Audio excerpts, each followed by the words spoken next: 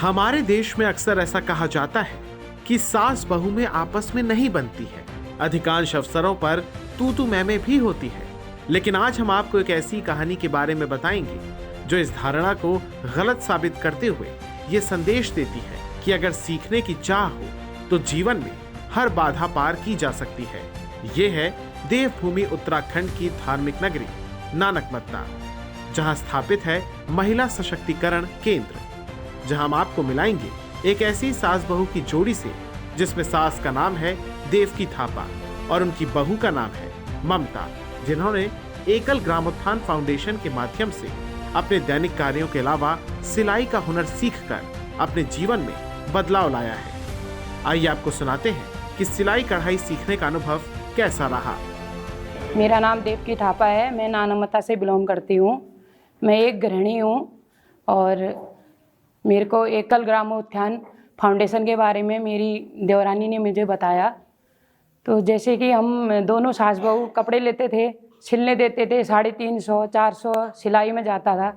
तो पहले तो मैं अकेली थी तो एक का जाता था, फिर हम 2 हो गए तो 2 का जाता था, फिर मेरी एक पोती हो गई उसके लिए भी सिलते, उसके लिए भी जाता था। तो घर का हर किसी का खर्चा हर चीज़ देखना होता है। पहले हम सूट लेते थे, 1 का 2, 2 का 3, तो सूट लेते थे। सिलाई के लिए दिक्कत होती थी। मैंने बोला क्यों ना हम भी सीख लें। तो ये भी इसको पढ़ाई के लिए फोर्स किया तो इसने पढ़ाई नहीं किया।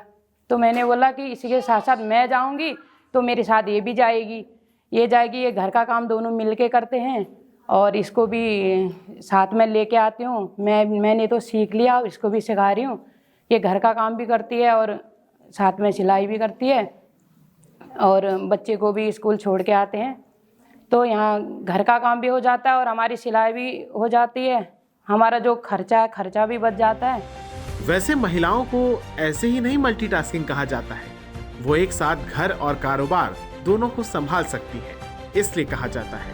लगभग 2.5-3 महीनों में दोनों सास बहू ने अपनी आर्थिक स्थिति को मजबूत किया और अब सास का सपना है कि वो अपनी बहू के लिए भविष्य में एक बुटीक खोल कर दें। जैसे सुबह मैं उठती हूँ, मैं अपना मॉर्निंग वॉक करती हूँ, ये उठती है, ये अपना झाड़ू पोछा करती है, फिर जो हमारा कपड़ा धोना जो भी घर का काम होता है हम करते हैं।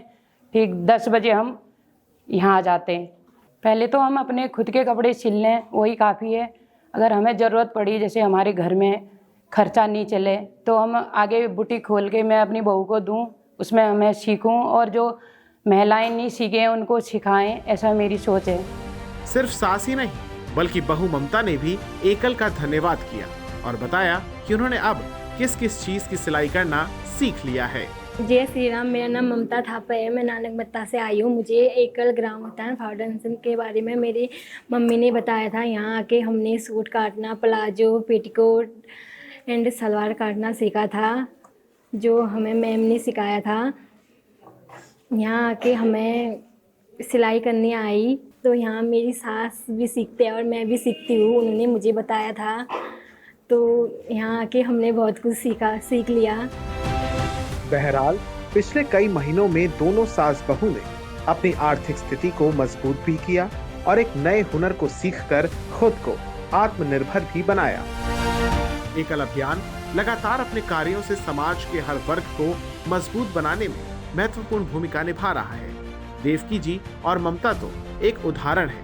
ऐसी हजारों महिलाएं हैं जो कि एकल के साथ जुड़कर अपने आप को विकसित बनाने में जुटी हुई हैं। क्योंकि हमारा विश्वास है, शिक्षा है अमूल्य और स्किल्ड ग्राम है देवतुल्य।